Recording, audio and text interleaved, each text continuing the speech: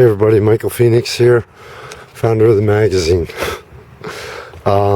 Head cruising down Union Boulevard around 3 o'clock in the morning, and this is part 5 of what I've termed Ghosts on the Street.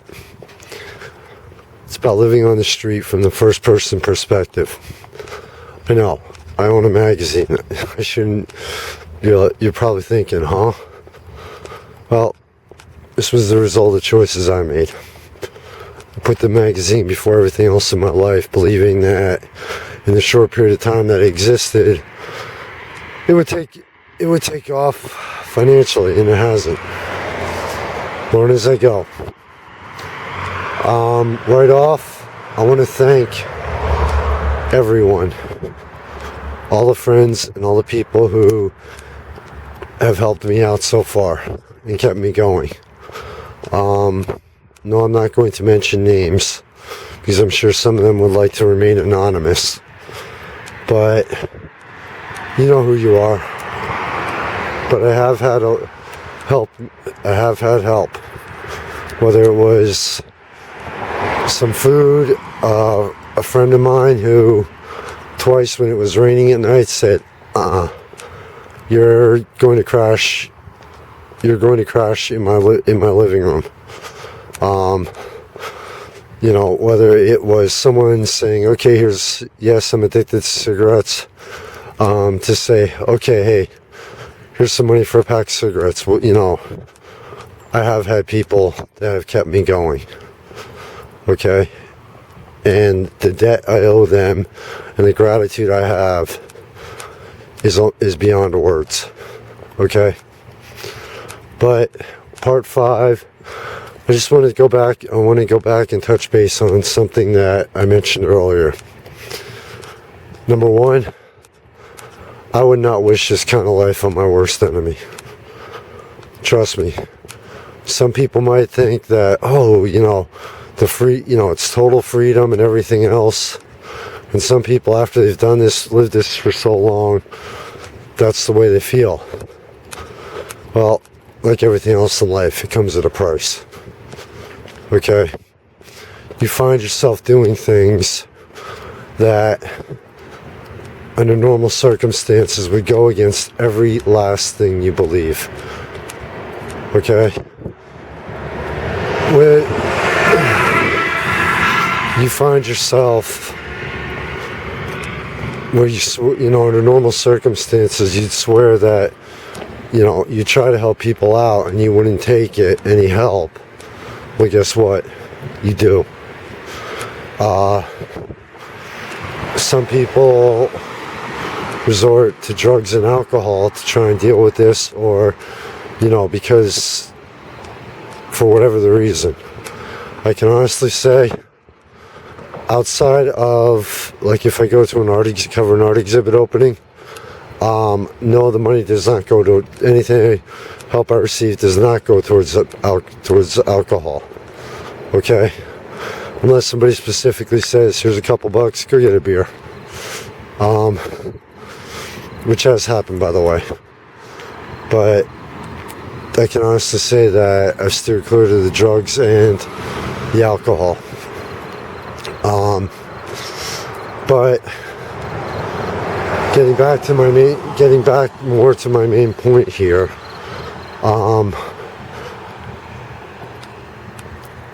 Basically, you may think that, okay, at times you feel like you're a piece of, and I'm only speaking for myself, but that you feel like a piece of garbage because you are accepting help. You feel that you're nothing but a leech because people are trying to help you out, and you feel like all of a sudden you're a leech and you're taking advantage of them. Okay? At times you kick into pure survival mode. And that feeling that you get kind of gets checked at the door. And you end up hating yourself for it, trust me. You hit the point, you you might hit a point where physical appearance, you let yourself go to hell, when under normal circumstances there would be no chance of that. You try to stay awake as long as possible, which I've done, and your body reminds you, whether it's in the middle of in the library, whether it's in the middle on a street or McDonald's, your body reminds you, guess what, we're human, and before you know it, you wake up an hour later. And you have to be very careful about that, because you get kicked out of a lot of places real fast doing that. Do I think I will be coming out of this soon? Yeah. Do I think that at some point within the next year I'll start having the kind of life that I want? Yeah. But when I do come out of this, will I forget the people that were there for me and helped me out? Hell no. Never in a million years will I do that. And I will return each one easily, and then some.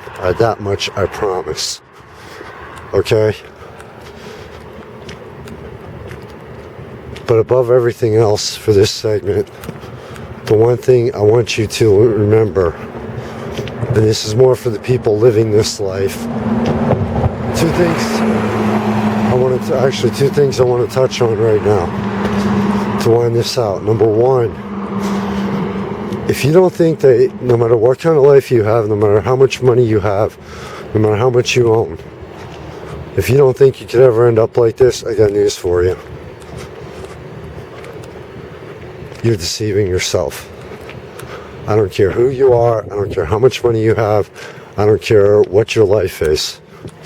Trust me. If the fates or whatever you believe in have other plans, they will knock you down real fast. Okay? Maybe not to the point where you're living on the street, but to the point where you're living an entirely different life than you're used to. So don't think that you're above anything, living on the street, because nobody is. All it takes is the right set of circumstances. Number two, this is more for the people that are living it.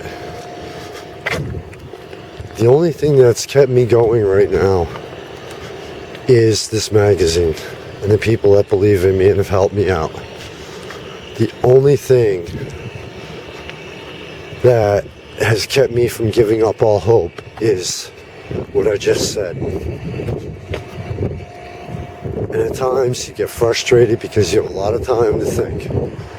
You get frustrated, you get pissed off. You see that other people are making it, and you're like, what the hell do I have to do? But then something comes along and reminds you that, guess what? You're still in the game. It could be something as simple as someone saying good morning to you.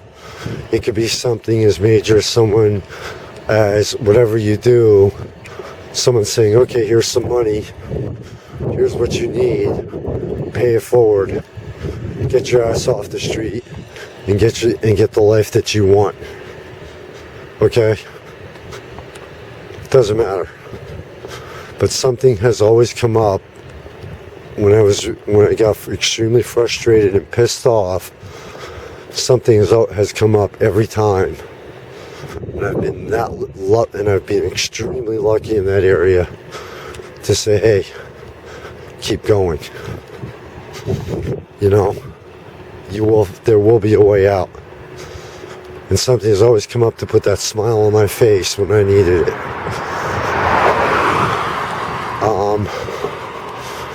But for the people who are in this life, find a reason to keep going.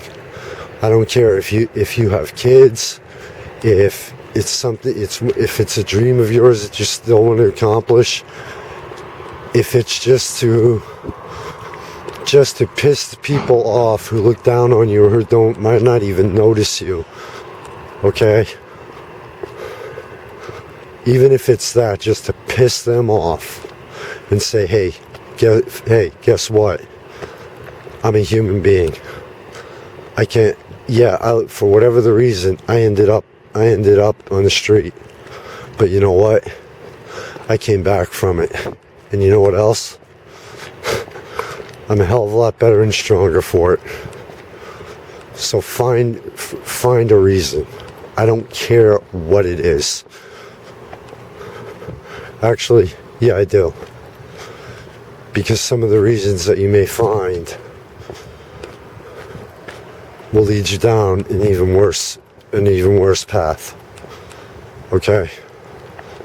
You have to be careful. Okay? If you're looking for something to do here in the Lehigh Valley, whether you have $1 million, whether you live on the street, especially on the weekends, there's a lot of free things going on. You don't have to spend any money. Okay? You can go to a library every day except Sunday. Go on the computers, read a book, learn. Okay? Because that is your number one weapon, and that your mind and your heart are your number one weapons, and the best advantage that you have if you want to get out of this life. Your mind and your spirit, those can't be taken away from you, and those can't be defeated unless you allow them. That's about it for part 5. I promise you, at some point there will be a final chapter to this, and hopefully it'll be soon. Michael Phoenix on Front Street in Allentown. To everybody, thank you. I know words, it's at times mean nothing, and it's easy to talk. But trust me, your support means the world to me in the magazine. So, I'll catch you on the flip side. Trust me, I have a couple articles coming up that you'll hear me smiling and laughing and everything else. Alright? Be safe in the night, and always to your family and friends.